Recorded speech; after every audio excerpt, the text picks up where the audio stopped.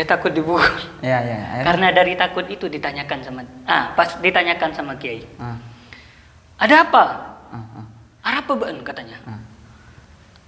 Anu deh, saya sakit. Iya wes sana. Ya udah, saya mundur. Kiai masuk. Saya keluar dari ruangan itu, gemeter sampai keringetan. Gak kerasa saya sembuh. Jadi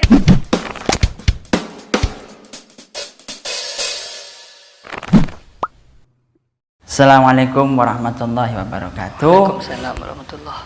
Nah, masih stay tune di channel YouTube Ar-Rufa Official. Kali ini kita akan mengobrol santai dengan salah satu, ya termasuk saudara saya juga. Nah, ini adalah paman saya, dan perlu anda ketahui bahwa beliau ini salah satu ponaannya guru kita Kiai Haji Bisa Kisah. Kalau saya manggilnya ini Pamanda Rijal. Usianya sama dengan saya sih, cuma karena sepuh, kalah senior, jadi saya beti kualak lah lek cari wong Jawa. Tetap saya panggil paman ibaratnya. Usianya sama-sama 93, sama-sama kelahiran bulan Januari. Langsung kita akan menyapa-nyapa beliau dan bertanya-tanya kepada beliau. Beliau ini mempunyai keunikan, salah satunya nanti akan kita bahas. Saya akan menyapa dulu kepada beliau. Assalamualaikum Pamanda. Waalaikumsalam Gus Nur. Bagaimana kabarnya panjenengan? Alhamdulillah sehat Gus Nur. Sehat. Gus pripun? Alhamdulillah sehat. Ini dalam keadaan hujan ini ya. Iya. Begini, Amanda, saya kan sampean ini selaku ya ibaratnya ponaan daripada kakek saya lah, guru kita gitu. Bisa kisah. Yang mana beliau ini sampean ini lahirnya juga di Bondowoso kan ya? Lahirnya ya. Amit Situbondo. Oh, Situbondo ya. Belum seminggu saya dibawa pulang ke Bondowoso. Oh, belum seminggu. Beliau ini adalah putra daripada Kiai Haji Mahsud Shah, adik daripada guru kita Kiai Haji Bisa Kisah. Jadi beliau ini paman kepada saya. Begini Pak Manda, sampean ini kan tentunya kan selaku sebagai keponakan daripada guru kita, tentunya kan banyak kan beberapa peristiwa yang tentunya kan sampean ini kata orang ini kan banyak mengalami kejadian aneh-aneh lah ibaratnya. Salah satunya tentang spiritual ataupun keadaan diri sampean sendiri terkait tentang sosok guru kita Kiai Haji Bisa Kisah. Yang ingin saya ketahui dari Pamanda Rijal sendiri, ada tidak salah satu momen yang sangat berkesan dalam hidupnya Pamanda yang sampai sekarang itu nggak bisa dilupakan? Di antara salah satunya yaitu apa? Salah satu ya Gus ya. Iya. Kan tentu banyak lah ibaratnya. Nggih. Soalnya ya nopo dibilang salah satu tuh saya ditanyakan gini. Sebenarnya banyak. Tapi gini, dulu saya kan masuk di sini nih pas masa SMA, masuknya MA sini. Ya. Nah, pas waktu saya di umur maksud saya waktu saya kelas 2 atau kelas 3. Saya ini kan sama Umi dibawa ke sini. Ya sama D, alhamdulillah sama Kiai Nyai ini diterima baik. Terus beliau itu pernah bilang begini ke saya. Kamu kalau butuh apa-apa minta ke aku. Dawe Kiai. Jadi saya kalau butuh apa-apa, kalau gak minta ke Kiai harus ke Nyai. Antara dua itu. Ya namanya anak sekolah butuh Amit, cuan gitu ya, lah. Ya, ibaratnya sangu lah. Sangu gitu. Tiap Jumat itu pasti dikasih. Ya namanya ya Gus ya, ndak bisa ngontrol keuangan, jadi selalu butuh. Pada suatu saat saya ini kelas 2 atau kelas 3 MA. Saya itu pernah sama halnya santri yang lain, saya sakit kuning. Ya, hepatitis. Oh, namanya hepatitis. Ya, semacam hepatitis. Nah, iya. Penyakit kuning. Kuning. Ini wes sama dengan santri lainnya, saya tidak bisa bangun. Saking parahnya, saya minta tolong ke teman. Saya mau ke dalam gitu. Nah, kebetulan di dalam sore habis asar itu Kiai itu Gus.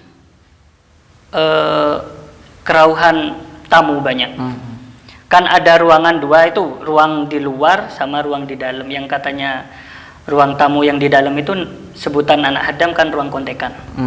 Nah, pas ketika itu saya nunggu di depan pintu ruangan itu.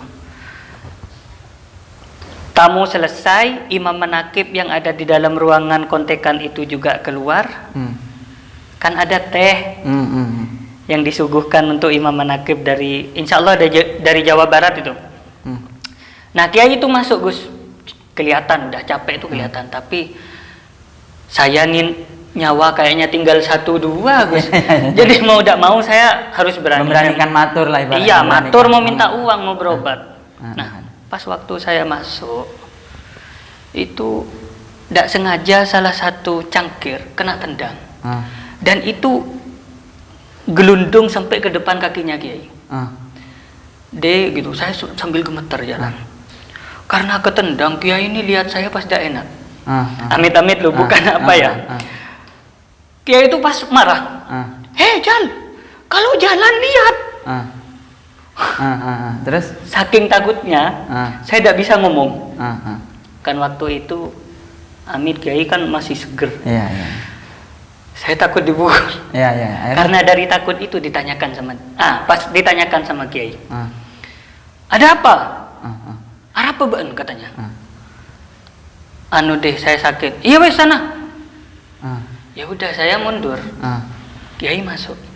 Saya keluar dari ruangan itu, gemeter sampai keringetan. Gak kerasa saya sembuh. Jadi gertakan daripada beliau. Itu mau minta uang saya. Mau berobat lah ya. Saya nyampe kamar ini, kamar di Hadam. Saya kan di Hadam dulu. Kuning ini tidak ada. Penyakit kuning itu langsung tidak ada. Hilang. Gara-gara nggak sengaja menendang gelas itu. Saking takutnya, aduh ya Allah. Mudah-mudahan tidak dipukul. Pokoknya gitu dah. Apa? Sakit deh saya. Iya wes sana. Ya Allah, saya gemeter, Gus, keluarnya ya sembuh. Keringet keluar ini sembuh. Tanpa harus langsung ke dokter berobat ya. Iya betul, tanpa harus berobat itu. Iya. Ya banyak ya Gus ya soal seperti itu tuh. Terus ada satu hal lagi yang buat saya janggal. Namanya anak muda, apalagi masa-masa SMA itu apa ya? Saya pribadi ya tidak urus siapa, Gus. Anaknya Kiai, anaknya siapa aja sama. Tidak bisa ngontrol emosi. Saya tuh kalau dikasih uang, biasanya dibuat aneh-aneh. Ngenet tah, apa tah, PS-an tah. Ya, umumnya seperti pemuda lainnya gitu. Nah, pas ketika itu habis subuh saya dikasih uang. Ingat saya itu 20.000 sama D. Pada masa itu lah ya. Pada masa itu besar itu. Mungkin 10 atau 11 tahun yang lalu ya. Iya. Saya di sini ini sudah 12 tahun loh. Iya. Nah, pas saya tuh merhatikan satu. Kiai ini katanya cak-cak senior, ini wali. Coba tak tes. Asam. Sang ponaan mengetes kepada pamannya. Wah, ini agak-agak ini man. Amit-amit, bukan saya tanpa mengurangi rasa hormat saya kepada beliau. Beliau tuh gini, saya selama MA diwajibkan berjamaah pas di belakang beliau atau di saf pertama. Nah, biasanya kalau saya mau ke masjid, niat aja mau ke masjid, itu tidak ditanyakan. Iya, paham. Nah, saya karena megang uang, saya niatkan. Ya, tidak kira tahu gitu. Kepesan lah gitu. Lah, belum pas setelah bel itu ya, bel pulang. Belum nyampe ke dalam, mau ganti sarungan. Itu dipanggil udah. Cak-cak Adam sudah manggil saya. Amit ge. Saya kan sama senior lainnya sapaannya tuh biasa aja. Ada yang manggil Icang kan gitu. Cang, kamu dipanggil sama Kiai. Icang, saya manggilnya terkenalnya itu ya. Iya. Cang, kamu dipanggil. Kalau enggak Cak Selamun dulu, Cak Imam. kamu dipanggil sama kiai. Kenapa ya? Dipanggil. Nyampe di dalam, kamu duduk sini, tar lagi jamaah. Itu tiap duhur. Kamu tar lagi, duduk di situ dulu. Tar lagi jamaah. Nggih. Ya udah, dulu kan ndak usah ganti sarung kan, langsung berjamaah celana gitu. Ya duduk saya. Ya udah. Tar lagi habis jamaah. Saya tidak mau balik ke MH. Saya mau PS-an. Rotok beleng berarti. Tetap aja. Ya Allah, kok bisa gitu tuh. Dan itu kalau saya niat, ya udah saya mau balik MA, enggak usah, enggak ditanyakan. Enggak kira tanya lah. Enggak kira tanya. Kalau saya niat, kamu balik ya ke MA ya, awas kamu kalau enggak masuk. Begitu kan. Ya udah, minta ampun saya seperti itu. Ibaratnya kan karena itu hal sepele kan, enggak mungkin, apalagi beliau kan ada banyak tamu lah mikiri umat dan sebagainya kan. Tentu hal sepele kan. Itu sampai diperhatikan seperti itu ya sampean. Betul.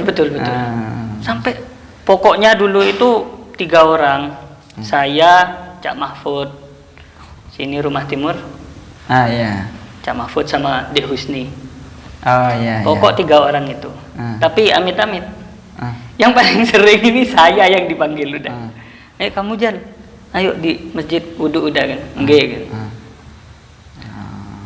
Kadang pernah ambil wudhu langsung ke PS-an. Udah wis Cak Selamun yang nemukan. Dicari kiai gitu.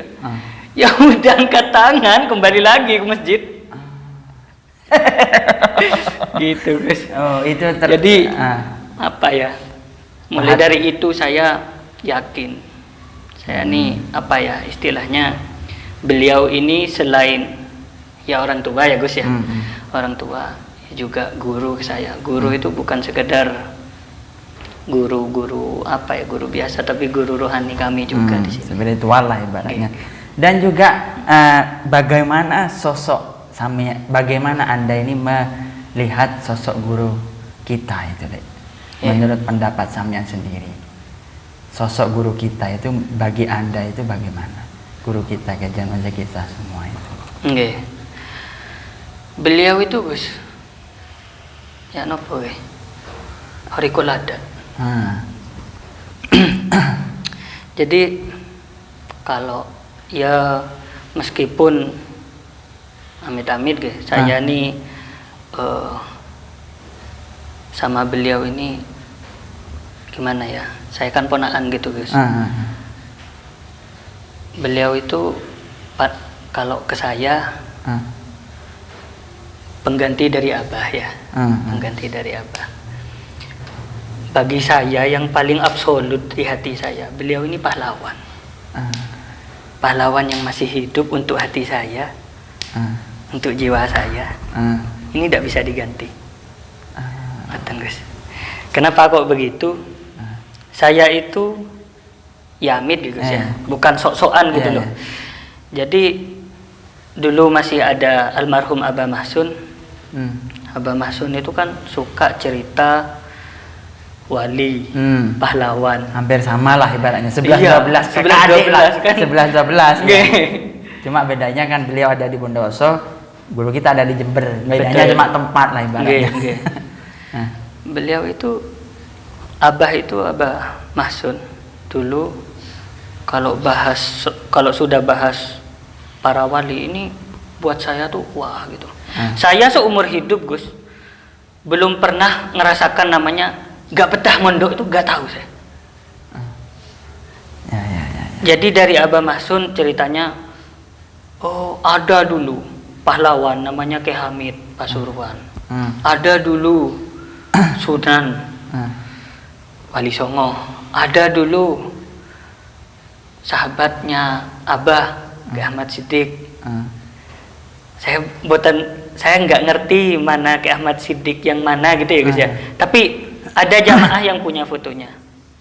Terus kiai-kiai itu disebut, termasuk Ki Holil Bangkalan, termasuk presiden pertama Pak Karno. Jadi mulai dari kecil sudah senang sama wali, sama ditanamkan sifat-sifat, cerita-cerita wali lah, cerita-cerita yang cerita-cerita yang terpuji lah ibaratnya. Betul.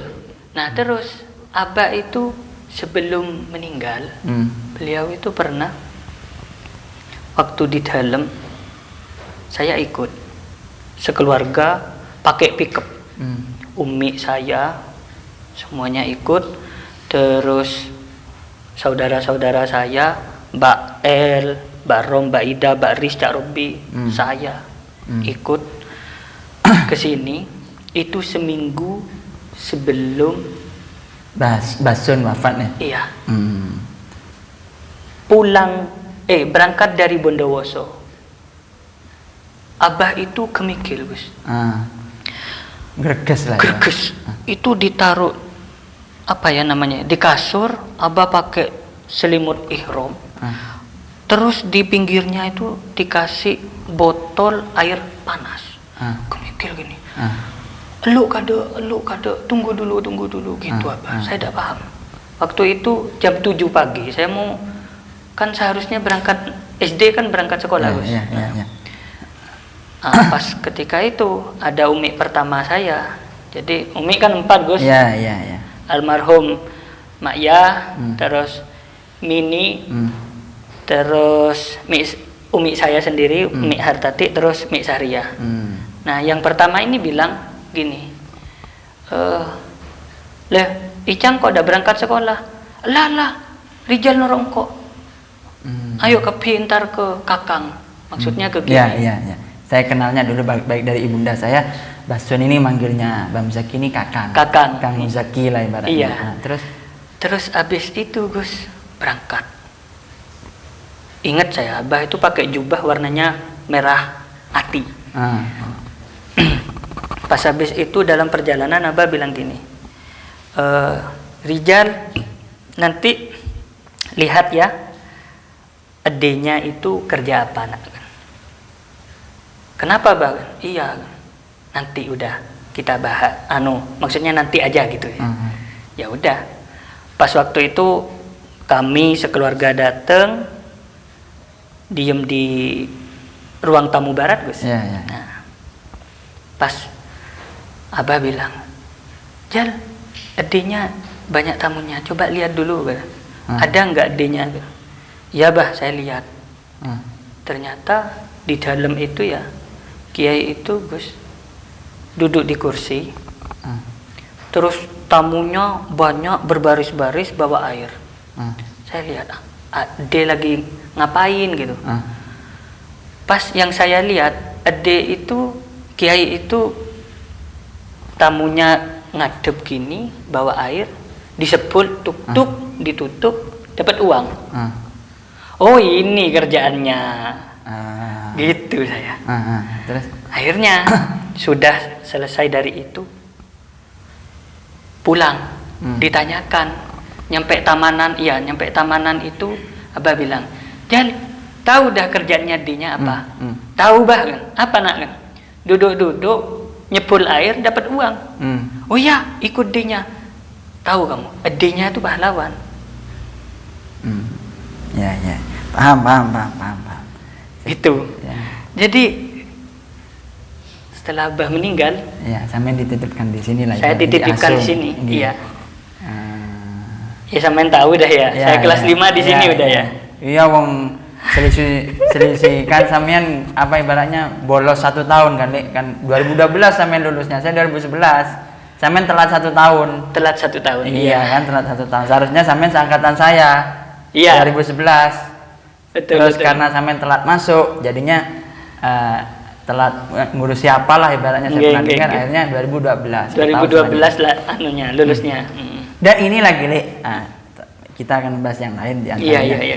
Kok sampean ini, dan ini lagi unik saudaranya. Perlu diketahui bahwa salah satu di antara saudara saya yang mungkin terkesan unik, salah satunya kenapa? Orang kan biasanya itu kan bahasa Arab ya. Kalau nggak bahasa Arab, bahasa Inggris atau bahasa Prancis atau bahasa Jerman Eropa.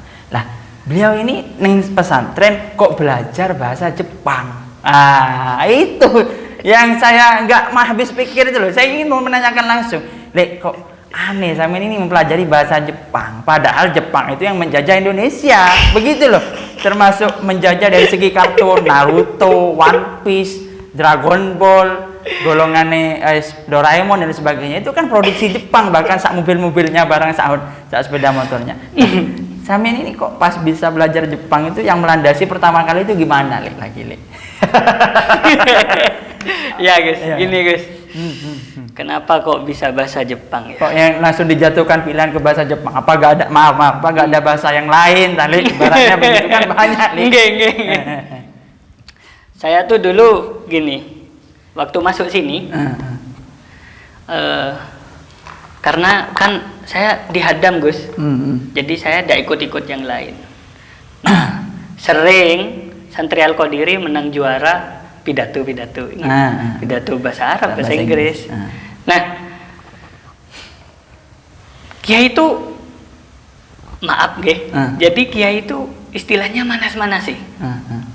Mesti kata-katanya ini, lihat ini jadi contoh ya, si A menang bahasa Inggris, si B menang bahasa Arab. Ini jadi cambuk ke kalian yang nggak pernah. Nah, pas waktu tafsir gitu ya. Kalau tafsir malam Minggu atau malam Rabu. Beliau bilang gitu, amit. Beliau tuh lihat saya. Oh, langsung panjangan ke sampean. Loh, kok pas setelahnya ngomong amit ya, setelah dawuh begitu, lihatnya pas, loh kok ke saya sih gitu. Yang lainnya banyak lah. Iya. Nah, habis itu ke dalam. Ya semestinya hadam lah Gus, ada tamu nasi. Nah, Kiai itu keluar dari dalam gitu. Pas lihat saya yang lagi heka mandi penakan tak tahu bahasa Inggris. Tuh. Ini macam ya maaf. Terus. Lihat tuh gitu. Lihat tuh orang. Saya gak terima gitu. Oh, pertama bahasa Arab Gus. Bahasa Arab. Saya ada di LPBA. 3 bulan bisa saya. Pokoknya bisa. Gitu. Tengah yang diucapkan anak ila madinati kelepon cetot. Iya udah gitu. Terus akhirnya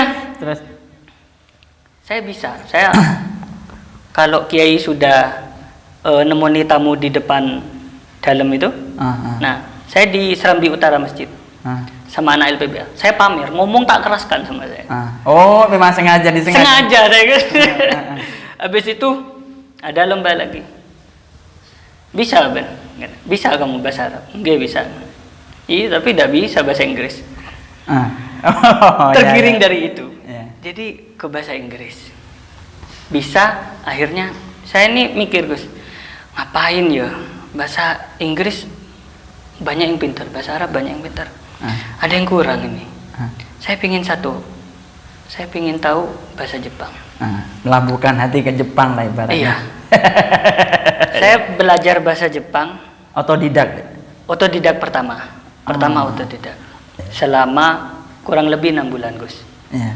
Terus habis itu saya lulus dari MA. Waktu itu ada pengajian, ada walimahan di Bondowoso termasuk saudara. Itu di dalam mobil waktu pulang ada Cak Jun, ada Cak Imam, ada saya, ada Kiai. Pulangnya bilang gini, Kiai. Rijal, kamu sudah lulus. Kamu jangan cuma belajar satu hal. Kamu belajar yang banyak. Nggih. Terserah kamu, aku yang biayakan. Nggih deh, ame deh Rijal mau belajar bahasa Jepang. Kenapa bahasa Jepang? Ada bahasa Inggris, bahasa Arab. Ya karena saya pingin gitu. Akhirnya ya maulah Kiai. Akhirnya saya dibiayakan. Alasan pertama, jujur saja, karena saya pingin lihat film anime atau itu tanpa subtitle. Oh, walah, ya. Akhirnya saya males. Dari itu males saya Gus. Saya pernah vakum 1 tahun. Pas bilang gini, gimana lesmu? Buat apa lesmu? Siapa yang bilang gini? Kiai. Oh, Bang Zaki. Iya. Akhirnya udah wis, kamu ikut yang lain tirakat gitu. Tirakat. Saya sudah amit Gus, saya sudah ikut santri dulu ya, biasa puasa gitu. Iya, sudah terbiasa. Sudah terbiasa. Jadi puasa, jadi saya pas suatu malam kok pas kayaknya ada sesuatu yang terbuka dari saya. Oh iya ya, saya sudah punya kemampuan, saya mau les lagi tapi tak maksimalkan. Suatu saat, ya amit aja Gus, imam manakib di Indonesia sudah banyak. Saya main kepingin imam manakib di punya iman seperti itu. Sip. Bagus. Kita dukung. Jadi niatnya dulu gitu. Oh, dulu seperti itu niatnya. Ya. Imam manakib. Kan saya paling saya cuma bisa Takashimura. Oishi. Aduh itu Paling aja cuma gitu. itu saja. Karena kan mungkin lah saya agak diantaranya selain bahasa Arab dan bahasa Inggris, saya mungkin agak setengah tertarik di antara bahasa di dunia ini ribuan bahasa selain bahasa Arab dan bahasa Inggris. Saya itu yang sangat tertarik itu bahasa Itali. Begitu. Orang kan beda-beda. Kalau Iya, kan gitu. Jepang lah ibaratnya. Tapi bukan Jepang versi saya ya, berpatran. Ini begitu. Oh, jadi itu impian jenengan mulai dari yang bulat. Nah, membulatkan tekad lah ibaratnya. Iya. Nah, itu semangat Gus belajar. Dan saya itu sempat heran, Jepang sih jajah Indonesia, kok Samian ini ajar bahasa Jepang. Ada lagi niatnya itu. Kok cuma sini, saya mau balas dendam. Ke sana tuh mau tapi bawa yang plus, bukan minusnya. Bawa yang plus gitu. Ya, paham. Dan ini lagi mungkin di antara perbincangan kita yang terakhir kalinya pesan-pesan Dek Rijal sendiri untuk kaula muda milenial terutama para santri-santri yang di bawahnya Dek Rijal terutama yang junior. Harapan Dek Rijal ke depan pesan-pesan kepada milenial. Motivasi quote apa ibaratnya. Jadi ya kalau atas kan janggolang ya. Untuk alumni yang adik-adik bawah saya sama santri yang masih mondok jadi pesan saya, jangan pernah meragukan adanya barokah. Jangan pernah. Secuil pun itu. Kalau ada keretak sampai pas kok hidup susah jangan pernah merasa susah. Karena kenapa? Kiai meskipun sekarang keadaannya seperti ini Gus, tidak seperti dulu. Jadi beliau itu tidak pernah berhenti berdoa untuk kita. Jangan pernah. Tapi ada syaratnya. Ya semua sih sudah ngerti, cuma apa ya istilahnya mengingatkan lagi. Apa ya istilahnya, Kiai doakan untuk alumni santri sekarang itu tiada batasnya. Sebaliknya kita harus mendoakan lebih kepada beliau. Ya gitu. Jadi barokah tuh Gus, tidak bisa kita amit ya. Jadi tidak bisa kita nilai dengan kita ada di bawah, kita ada di atas. Tidak. Barokah itu tidak bisa dibahas seperti itu. Jadi salah satu yang dialami, sebenarnya banyak sih. Santri semua tuh jangankan didoakan kiai. Masuk Al-Qadiri saja.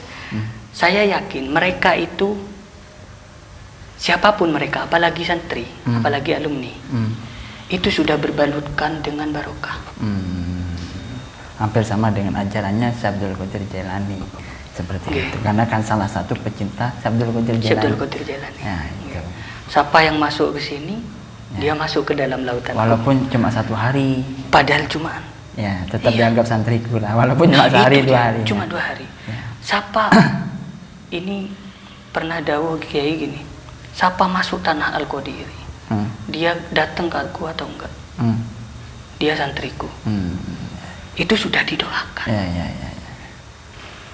Tidak bisa kita sebut dengan harta melimpah, uang yang banyak, jabatan yang tinggi, tidak bisa. Jadi yang seperti itu kita, bagi saya, bagi kami, wajib kita belajar. Wajib kita menelaah dari senior. Apa itu, bagaimana itu barokah gitu. Oh ya, dan jangan lupa dukung channel ini Arufa Official dengan like, comment, and subscribe. Pemaparan beliau itu yang sangat super luar biasa, singkat, padat, jelas, berisi, banyak ilmu-ilmu yang ditularkan. Salah satunya yaitu jika Anda mencintai guru Anda harus lebih mencintai. Jika Anda dicintai oleh guru Anda semisal, maka Anda harus lebih mencintai terhadap guru Anda. Kiranya itu saja yang bisa saya sampaikan, kurang lebihnya saya mohon maaf. Assalamualaikum warahmatullahi wabarakatuh. Waalaikumsalam warahmatullahi wabarakatuh.